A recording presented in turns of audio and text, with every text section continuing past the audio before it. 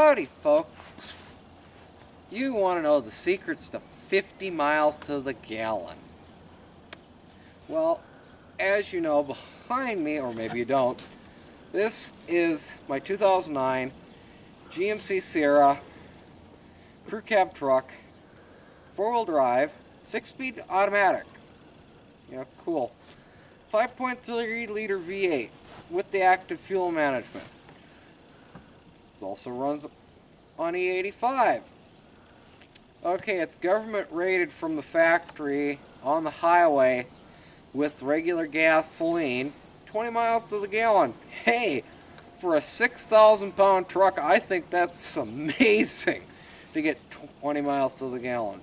E85, you lose about 5 miles to the gallon, but the thing is that these motors were not originally set up for E85, but that's a topic for another day. 50 miles to the gallon. Secret to 50 miles to the gallon. Well, V8 engines have been around.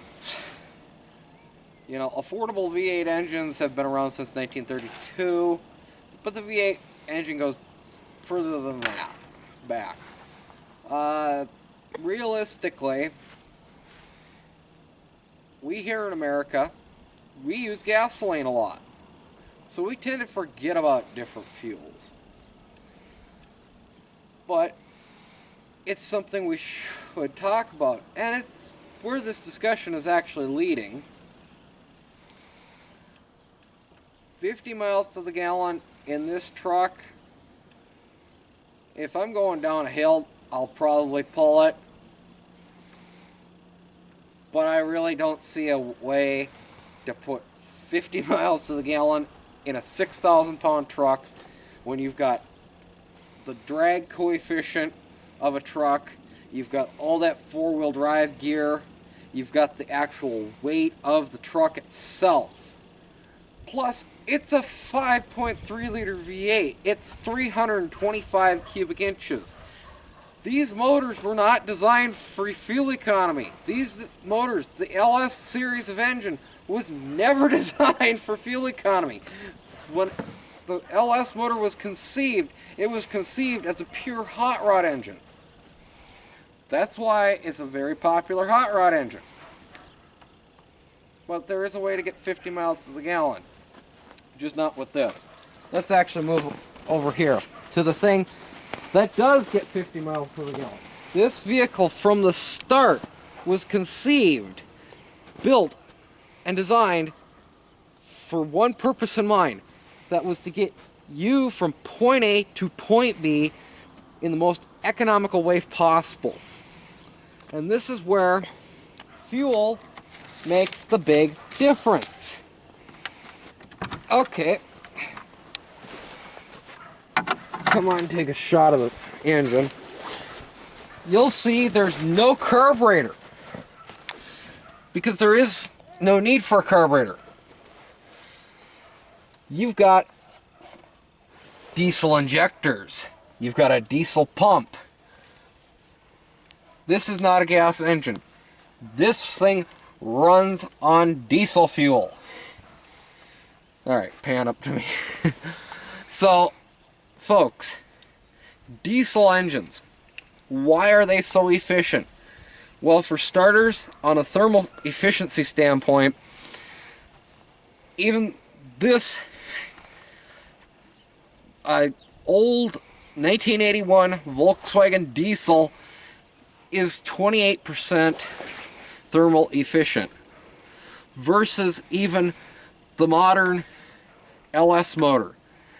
The modern LS motor at best is running about 21% efficiency on the thermal side. So you're talking about a 7% efficiency just in thermals. Now, another big thing is the type of fuel that this motor runs is diesel fuel. That's what runs through this vehicle. Okay, pan up here.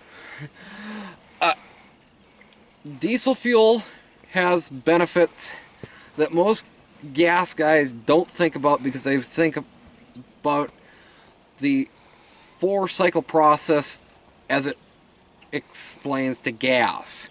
You know, gasoline or nitromethane or methanol or you know, fast burning fuels. The thing is that slow burning fuels can actually get you better fuel economy just by going from a spark ignition engine, which that's what a gasoline engine is. It uses a spark plug to ignite the air-fuel mixture, versus this diesel, which is a compression ignition engine. A compression ignition engine runs purely on compressing that air till it gets hot, and then shoving fuel in at the time that it gets hot to burn. Now, I could talk to you about the emissions side of this, and the fact that this is 1981, and even though this is 1981 and we're in the height of emissionized era, for gas motors, there is no emissions for diesel engines. Now, that wasn't to say that Volkswagen or General Motors or Ford or Chrysler did not think about emissions for diesels. It's the fact that when they thought about emissions for diesels, they wanted to reduce the soot. Okay? The thing is that how they did it is actually one of the biggest ways that they got rid of the excessive fuel wasting that unfortunately a gas engine does. A gas engine, about 70% of the fuel that actually goes into the motor actually goes out the tailpipe. Diesel engines, bad running diesel engines, that's where the soot is created. You see all these hot rod diesel guys, you know, throwing big black smoke out the tailpipes. The one thing that you folks have to realize is that that is about the same as during an air show when they put the oil smoke out there. Okay, it's a show. It's not something that they do all the time, because they got that big Western Star knob on the dash, and they click it over to a different tune, and that's how they get the darn thing to smoke like a banshee. They click it back over when they're done playing, and the darn thing pulls better fuel economy. It doesn't smoke. It runs clean. Now, this is not me. This is Volkswagen saying this motor gets 50 miles to the gallon. I've went on a trip with this motor. Now, let me read to you the passage from the actual service manual, and you can go to section 5 in the book, page 3 of section 5, and this is on this motor, not on other diesel engines, just this one. The amazing flexibility and high revving performance of the lightweight Volkswagen diesel and turbo diesel engines sets themselves well apart from the slow-turning diesels of yesteryear. When Rudolf Diesel brought out the diesel engine back in the 1800s, they were turning at the top end 600 RPM. This motor is rated for redlining at 5,500 RPM. So you're talking about another 5,000 RPM more than the very first diesels were. But a diesel engine is generally more efficient than a spark ignition gasoline engine because a diesel engine operates at a higher compression ratio. Okay, I gotta stop right there. the big LS truck is running 10-to-1 compression ratio. You know, that's fairly good for a V8 engine that's fully emissionized. This engine here, folks, that we're talking about today, 23-to-1 compression ratio. That is where, you know, you'll hear about these old guys that say, oh yes, the higher the compression, the more efficient it is.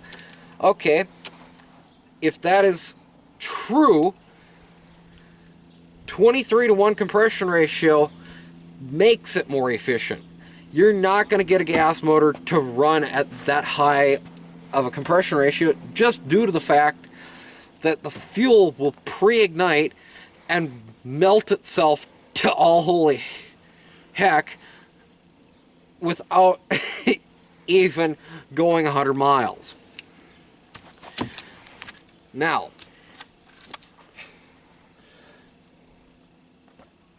this is where a diesel engine is very much different than a gas motor. They have to vary the air-fuel ratio by butterfly valves, by throttle valves, Venturis, whatever. Fuel injection. On a diesel engine, a non-emissionized diesel engine. Now, yes, I know that the 6.6 Duramax has that butterfly valve in it, whatever. A non-emissionized diesel has no butterfly valve.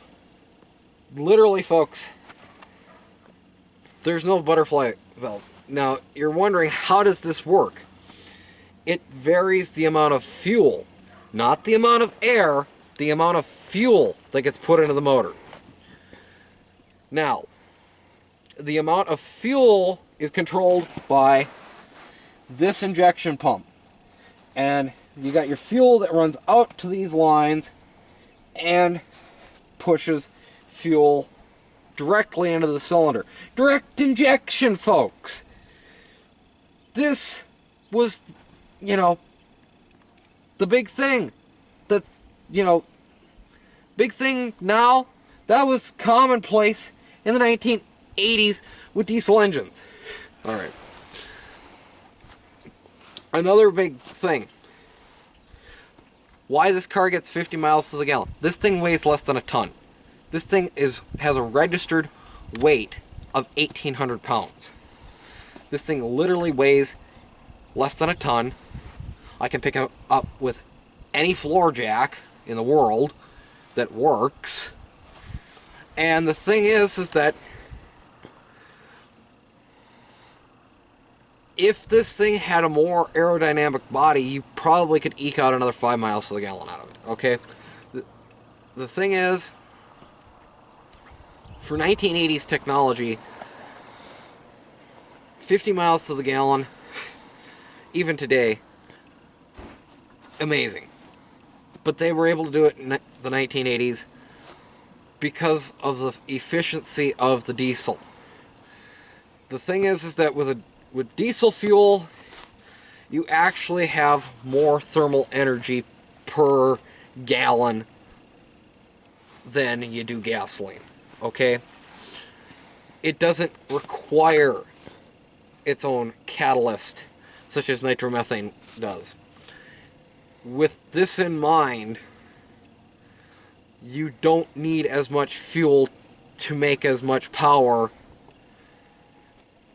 in a diesel engine as you do a gasoline engine.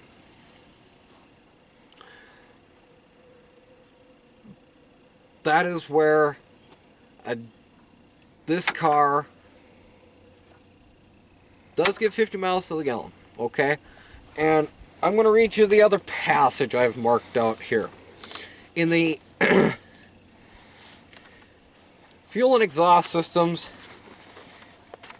the actual diesel engine fuel injection troubleshooting continued. Chapter 4, page 13, the big red box, and I'm going to read you what the problem is, the probable cause, and then the remedies. Now, excessive fuel consumption, markedly below 19 kilometers per liter, or for us imperial types, 44 miles to the gallon in mixed traffic at temperatures above 0 Celsius, or for us imperial types, 32 degrees Fahrenheit. Now, probable causes: air filter dirty, fuel leaks, return pipe blocked, idle speed too fast, faulty injectors, injection timing incorrect, engine mechanical faults as described earlier under this heading, faulty injection pump.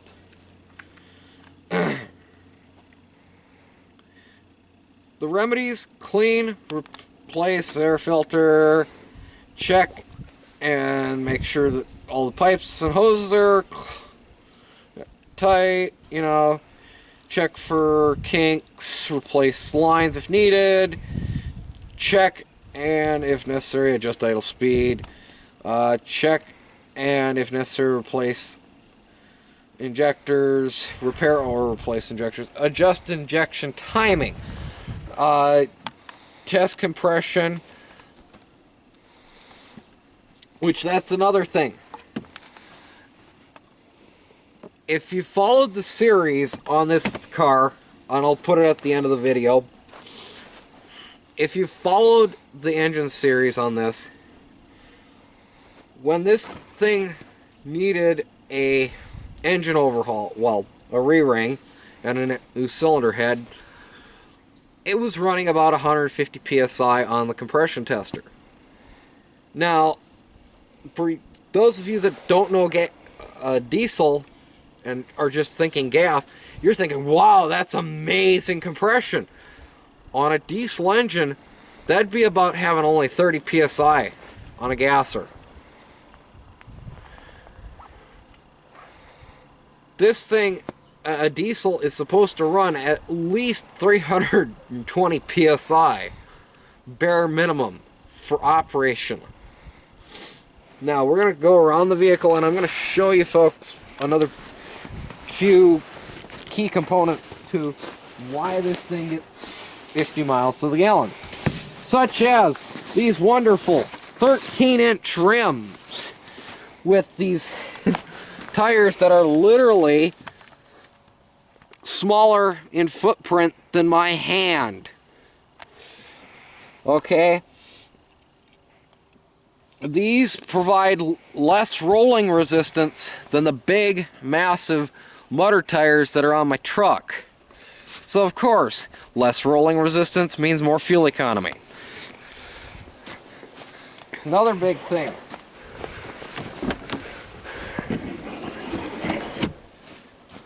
Get a shot of that shifter. This thing runs a manual transmission. This thing runs a manual transmission.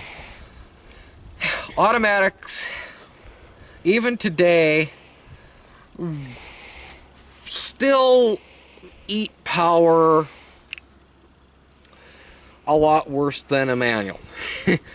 Now, yes, you're going to quote me fuel economies, but the thing is that what they're doing is that they're gearing the manuals differently than the automatics give the manuals more performance, okay? It's a performance game right now, So, there's multiple things why this car gets 50 miles to the gallon. Let's talk about, well, if this thing gets 50 miles to the gallon, and this was a production car, this is, this was sold all over the world. India, Australia, Japan, Germany, UK, all throughout Europe.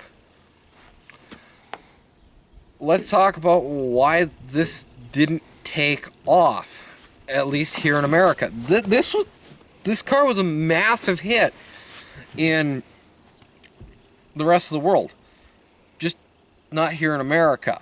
And the big thing is the fact that people in America have not liked diesel because of the whole Oldsmobile 5.7 diesel thing, and that was a ill-conceived notion to convert a gasoline engine into a diesel. And what happened is you've got way too small head bolts, you've got way too small of intake passage size, you've got way too big at that time of running, way too big of coolant passages. So actually the thing was overcooling itself even with a shut thermostat. I've heard of guys, you know, leaving the darn things running and literally they'd shut off and there's nothing wrong with the injection pump. It's just the motor can't keep enough heat into itself. Okay. That was the Oldsmobile diesel. That should have never, in my mind, never should have been a thing. And then you've got the whole 6.2, 6.5 thing that, you know, GM should have let Detroit clean slate it and not have to pick through the garbage of the 5.7. Volkswagen didn't have to do that. They pretty much conceived a motor that was ready for diesel.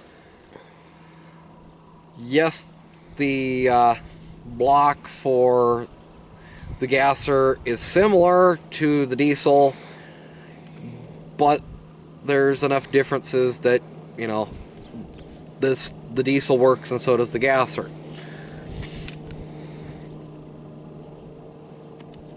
So that's the whole thing. Yes, you can pull 50 miles to the gallon. Yes, you've probably heard about vehicles over in Europe that pull 75 miles to the gallon. You know, the one that I'm thinking of right now is the Volkswagen Polo Blue Motion Diesel. There again, diesel engine, 3-cylinder diesel, manual transmission, in essentially the same weight class car. So, I'm going to let you folks think about this. Thanks for watching. We'll see you on the next one.